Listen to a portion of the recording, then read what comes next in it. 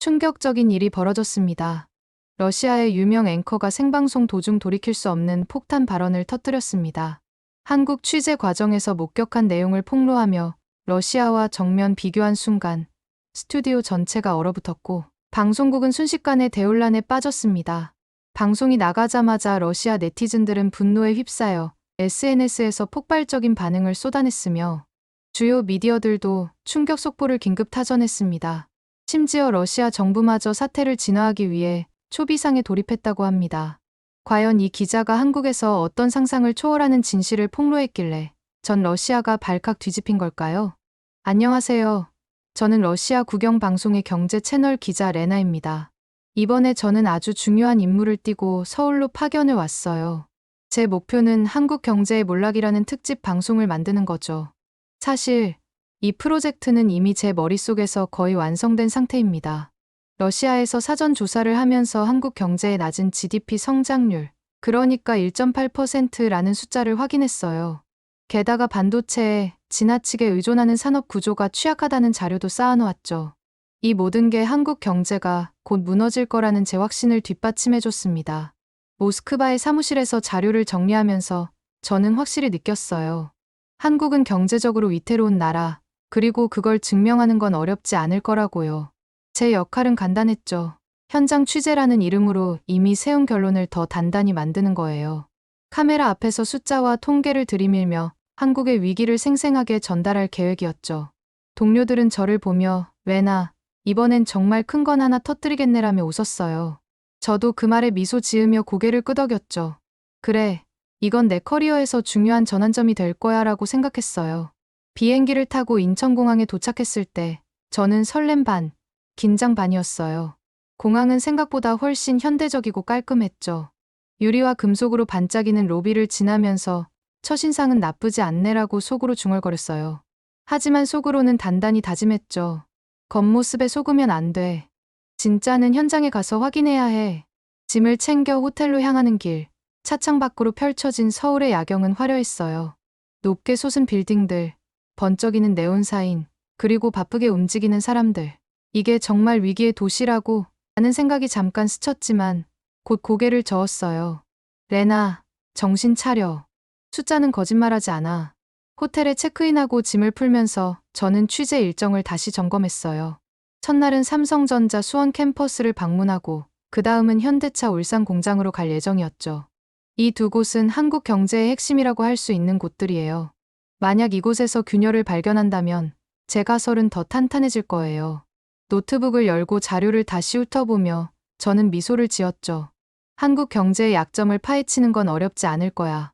자료에는 반도체 수출 의존도, 글로벌 경쟁 심화, 노동 비용 상승 같은 키워드가 빼곡했어요. 이 모든 게 제 방송의 뼈대가 될 터였죠. 그날 밤, 호텔 방에서 창밖을 바라보며 저는 다짐했어요. 내가 본 숫자와 통계는 틀리지 않아. 이 취재는 그걸 증명하는 과정일 뿐이야. 침대에 누워 눈을 감으면서도 머릿속엔 방송에서 내보낼 문구들이 떠다녔어요. 한국 경제, 위기의 전조라거나 숫자가 말하는 한국의 불안한 미래 같은 제목들이요. 저는 확신에 차 있었죠. 서울에서의 며칠은 제 가설을 완벽히 입증해 줄 거라고 믿었어요.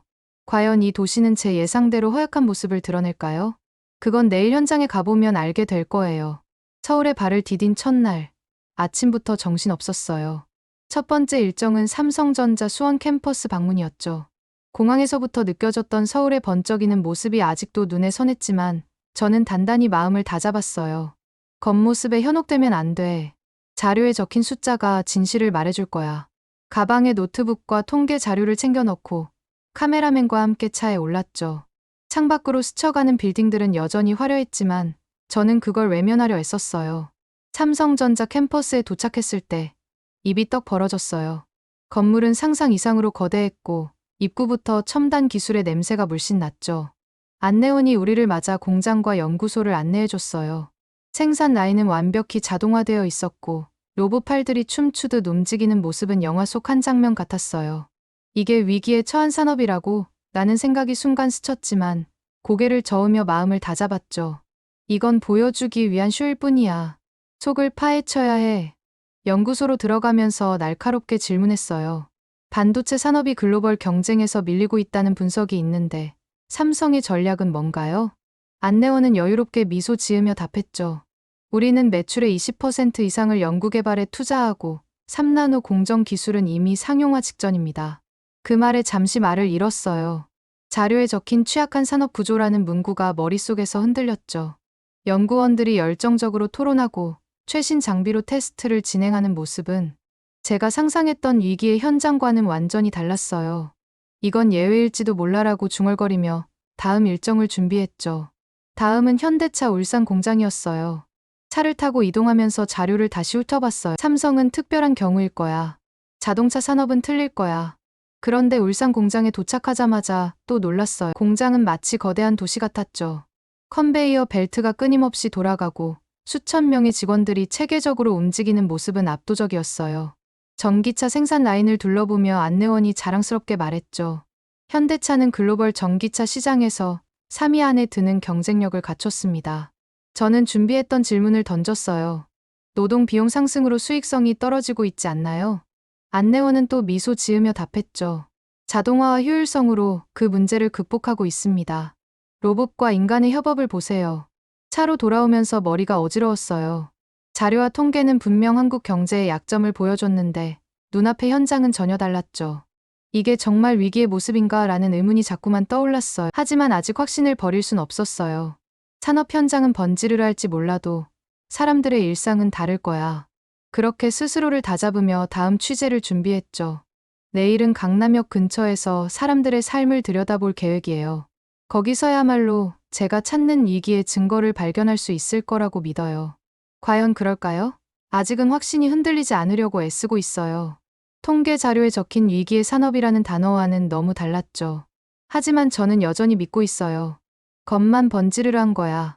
진짜 한국의 모습은 사람들의 일상 속에 숨어 있을 거야. 그래서 오늘은 강남역 근처로 나가기로 했어요. 사람들의 생활 속에서 경제적 불안의 흔적을 찾아낼 거라고 다짐했죠. 강남역에 도착했을 때 거리는 사람들로 가득했어요. 번쩍이는 간판, 빠르게 오가는 직장인들, 그리고 끊임없는 차량의 흐름. 이런 곳에서 위기의 단서가 드러날 거야 라고 생각하며 카메라맨과 함께 거리를 걸었어요.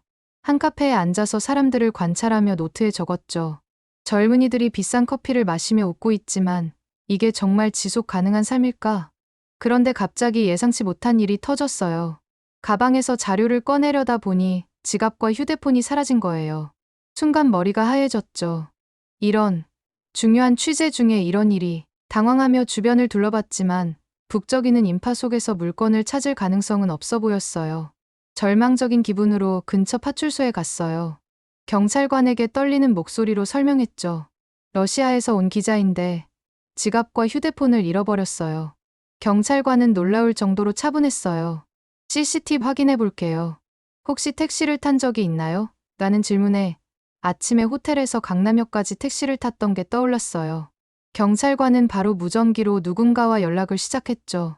믿기지 않게도 10분도 안 돼서 한 택시 기사가 파출소로 들어왔어요. 손에는 제 지갑과 휴대폰이 들려 있었죠. 뒷좌석에 떨어져 있더라고요. 기사는 웃으며 물건을 건넸어요. 지갑 안에 현금과 카드, 휴대폰까지 전부 그대로였죠. 심지어 보상 한 푼 요구하지 않았어요. 저는 어안이 벙벙해서 정말 감사합니다라고 말하는 게 고작이었어요. 파출소를 나오면서 머리가 복잡했어요. 이게 대체 뭐지? 이렇게 빨리 물건을 돌려받다니. 러시아였다면 이런 일은 꿈도 못 꿨을 거예요. 경찰과 기사의 태연한 친절. 그 신속함이 저를 당황하게 했죠. 이건 그냥 우연일 뿐이야. 경제적 위기와는 무관해. 그렇게 스스로를 다잡으며 취재에 다시 집중하려 했어요. 하지만 마음 한구석에서 작은 의문이 피어올랐죠. 내가 생각했던 서울의 모습이 잘못된 걸까? 강남역 거리로 돌아와 사람들을 더 지켜봤어요. 직장인들은 바쁘게 걸어 다니고 학생들은 친구들과 웃으며 사진을 찍고 있었죠. 한쪽에서는 노점상 아저씨가 따뜻한 어묵을 팔며 손님과 농담을 주고받고 있었어요. 그 모습이 어쩐지 따뜻하게 느껴졌죠. 이 사람들이 정말 위기 속에 사는 걸까라는 생각이 자꾸만 들었어요. 자료에 적힌 경제 불안이라는 단어와 눈앞의 생생한 거리가 점점 더 어긋나는 기분이었죠. 내일은 광장시장에 가볼 계획이에요. 거기서야말로 사람들의 진짜 삶을 볼 수 있을 거라고 믿어요. 과연 그곳에서도 이런 따뜻함이 이어질까요? 아직은 확신이 흔들리지 않으려고 애쓰고 있어요. 강남역에서의 일이 머릿속에서 계속 맴돌아요. 지갑과 휴대폰을 잃었다가 되찾은 그 짧은 순간, 경찰과 택시 기사의 태연한 친절이 저를 흔들어 놓았죠. 그건 우연일 뿐이야라고 스스로를 다잡았지만 마음 한구석에서 의문이 커져갔어요. 그래서 오늘은 광장시장으로 향했어요. 자료에 적힌 경제 불안의 흔적을 찾으려면 화려한 강남이 아니라 사람들의 일상이 살아 숨쉬는 시장이 적격일 거라고 생각했죠. 광장시장에 도착했을 때 저는 순간 멈춰 섰어요. 좁은 골목을 가득 채운 상점들, 색색의 음식 냄새, 그리고 사람들의 웃음소리가 뒤섞여 활기가 넘쳤어요. 상인들이 큰 소리로 손님을 부르며 호객하는 모습이 낯설면서도 생생했죠. 여기 떡볶이 어때요? 맛있어요. 한 아주머니가 저에게 웃으며 말을 걸었어요. 저도 모르게 미소를 지으며 고개를 끄덕였죠. 카메라맨에게 여기 좀 찍어봐라고 속삭이며 시장 안으로 더 깊이 들어갔어요. 한쪽에서 빈대떡을 만드는 아저씨가 손님들과 농담을 주고받고 있었어요. 이거 먹으면 힘난다니까. 웃는 그 모습이 어쩐지 따뜻했죠. 옆 가게에서는 젊은 커플이 만두를 나눠 먹으며 서로에게 장난을 치고 있었어요. 저는 노트에 적으려던 펜을 잠시 멈췄어요. 이게 정말 위기의 도시에서 볼 수 있는 풍경인가 라는 생각이 들었죠. 자료에 적힌 낮은 성장률이나 산업 구조의 불안정 같은 단어들이 여기서는 너무 멀게 느껴졌어요. 그러다 우연히 한 할머니에게 길을 물었어요. 시장 끝에 있는 유명한 비빔밥집을 찾고 있었거든요. 할머니는 손짓으로 방향을 가르쳐 주시며 저기 가다 보면 간판 보일 거야. 배고프면 이거나 먹어라며 따뜻한 호떡 하나를 손에 쥐어주셨어요. 돈은 됐어요. 외국에서 왔지. 맛있게 먹어라며 웃으시는 모습에 저는 또 한 번 당황했죠. 이런 친절이 그냥 자연스럽게 러시아였다면 상상도 못할 일이었어요. 호떡을 한 입 베어 물며 시장을 걸었는데 그 달콤한 맛과 함께 마음이 묘하게 따뜻해졌어요. 시장 끝에서 비빔밥을 먹으며 사람들을 관찰했어요. 상인들은 손님과 흥정하며 웃고 낯선 이들이 서로 음식을 나누는 모습이 곳곳에서 보였죠. 이 사람들은 왜 이렇게 여유롭고 따뜻하지? 라는 의문이 점점 커졌어요. 제가 생각했던 서울은 차갑고 계산적인 도시였어요. 하지만 광장시장은 그 반대였죠. 사람 냄새가 가득한 공간, 서로를 보듬는 따뜻함이 넘치는 곳이었어요. 자료에 적힌 숫자와 통계가 점점 더 멀게 느껴졌죠. 호텔로 돌아오는 길, 차 안에서 창밖을 바라보며 생각에 잠겼어요. 내가 뭔가를 잘못 보고 있는 걸까? 강남역의 친절한 택시 기사, 시장의 호떡 할머니, 그리고 웃음으로 가득한 사람들. 이 모든 게 제 가설과 충돌하고 있었어요. 내일은 마지막 날, 생방송 날이에요. 원고는 이미 다 써놨지만 지금 이 순간 그 원고가 과연 맞는 건지 확신이 흔들리기 시작했어요. 과연 내일 스튜디오에서 어떤 말을 하게 될까요? 아직은 모르겠지만 뭔가 바뀌고 있는 기분이에요. 광장시장의 따뜻한 풍경이 머릿속에서 떠나질 않아요. 상인들의 웃음, 낯선 이에게 건네진 호떡, 그리고 사람 냄새 가득한 그 분위기가 저를 계속 흔들었죠. 하지만 내일은 생방송 날이에요. 호텔방에 앉아서 원고를 다시 읽어봤어요. 낮은 GDP 성장률, 반도체 의존, 산업 구조의 불안정 같은 단어들이 빼곡히 적혀 있었죠. 이 원고는 러시아에서 준비해온 제 가설의 정수였어요. 한국 경제는 위기다라는 메시지를 단단히 전달하기 위해 쓰인 문장들. 그런데 이상하게도 그 문장들이 이제는 낯설게 느껴졌어요. 이게 정말 내가 본 한국의 전부일까? 라는 의문이 자꾸만 고개를 들었죠. 생방송 당일 스튜디오에 들어서면서 심장이 쿵쾅거렸어요. 조명 아래 카메라가 저를 응시하고 이어폰 너머로 러시아 본사의 PD가 레나, 준비됐지. 강하게 밀어붙여 라고 말했죠. 저는 고개를 끄덕이며 원고를 손에 쥐었어요. 하지만 스튜디오의 밝은 조명 아래 서면서 지난 며칠간의 장면들이 주마등처럼 스쳐갔어요. 삼성전자의 첨단 생산 라인, 현대차 공장의 활기, 강남역에서 물건을 돌려준 택시 기사의 미소, 광장시장에서 나눠준 호떡의 따뜻함. 이 모든 게 원고에 적힌 숫자와는 전혀 다른 이야기였죠. 방송이 시작되고 저는 원고를 읽기 시작했어요. 한국 경제는 낮은 성장률과 취약한 산업 구조로 인해 위기에 처해 있습니다. 그런데 목소리가 자꾸만 떨렸어요. 카메라 렌즈를 바라보며 말을 이어가던 중 갑자기 광장시장에서 만난 할머니의 웃음이 떠올랐어요. 배고프면 이거나 먹어라며 건네준 호떡의 온기가 손바닥에 남아있는 듯했죠. 그 순간 뭔가가 무너졌어요. 저는 원고를 내려다보다가 천천히 그 종이를 손으로 구겼죠. 그리고 카메라를 똑바로 바라보며 말했어요. 한국은 숫자로만 평가할 수 없는 나라입니다. 스튜디오가 순간 조용해졌어요. 이어폰 너머로 PD의 당황한 목소리가 들렸죠. 레나, 뭐 하는 거야? 원고대로 해. 하지만 저는 멈추지 않았어요. 제가 본 한국은 숫자와 통계가 말하지 않는 생동감으로 가득했어요. 첨단 공장에서 일하는 사람들의 열정, 거리에서 만난 이들의 친절, 시장에서 나눈 웃음. 이 모든 게 한국의 진짜 모습이에요. 말을 이어가면서 가슴이 벅차올랐어요. 강남역의 택시 기사, 광장시장의 상인들, 그들의 얼굴이 하나씩 떠올랐죠. 저는 그들의 이야기를 전하고 싶었어요. 숫자 뒤에 숨은 사람들의 온기를 말해주고 싶었죠. 방송이 끝난 뒤 스튜디오 밖으로 나오면서 다리가 후들거렸어요. 내가 방금 무슨 짓을 한 거지 라는 생각이 들었지만 이상하게도 후회는 없었어요. 이어폰을 통해 본사의 PD가 레나, 이게 뭐야? 논란될 거라고 라며 소리쳤지만 저는 그저 미소 지었어요. 원고를 찢은 그 순간 저는 처음으로 진짜 기자가 된 기분이었죠. 내일이면 러시아에서 이 방송에 대한 반응이 쏟아질 거예요. 하지만 지금 이 순간 저는 확신해요. 제가 본 한국의 모습은 틀리지 않았어요. 과연 이 선택이 어떤 결과를 가져올까요? 아직은 모르겠지만 마음이 가벼워요. 생방송이 끝난 뒤 스튜디오에서 나오면서 다리가 후들거렸어요. 원고를 찍고 준비된 대본 대신 가슴에서 우러난 이야기를 쏟아낸 그 순간 심장이 터질 듯했죠. 두려움과 해방감이 뒤섞인 기묘한 기분이었어요. 이어폰 너머로 본사 PD의 당황한 목소리가 아직도 생생해요. 레나, 도대체 뭐 한 거야? 큰일 났어 라고 소리치던 그 말. 하지만 이상하게도 후회는 전혀 없었어요. 오히려 가슴 깊은 곳에서 뜨거운 확신이 차올랐죠.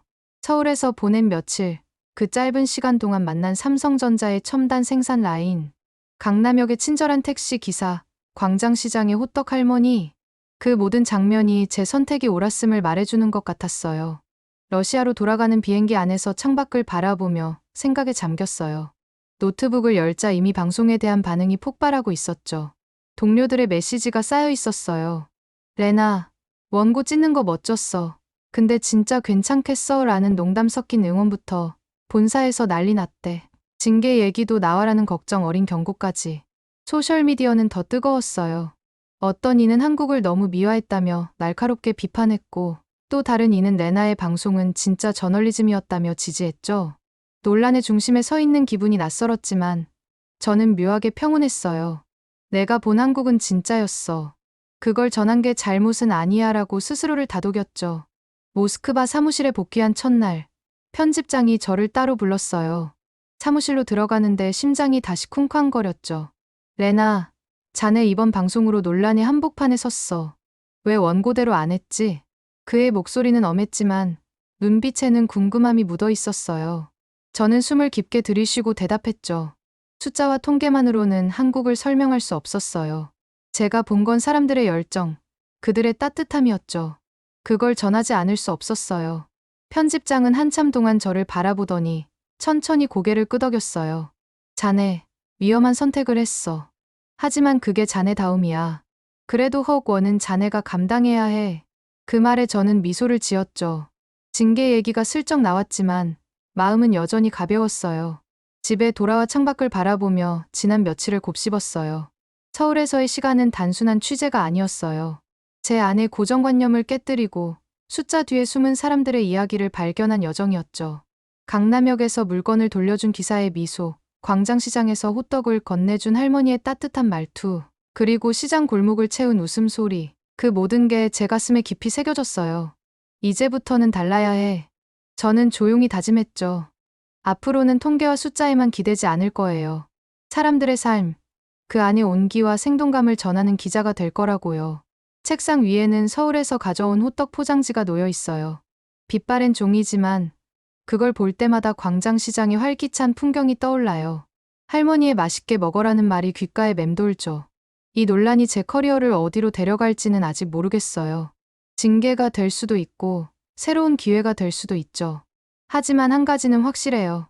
저는 이제 사람들의 이야기를 쫓을 거예요.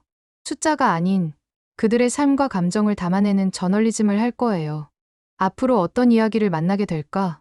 그 생각만으로도 가슴이 뛰기 시작해요.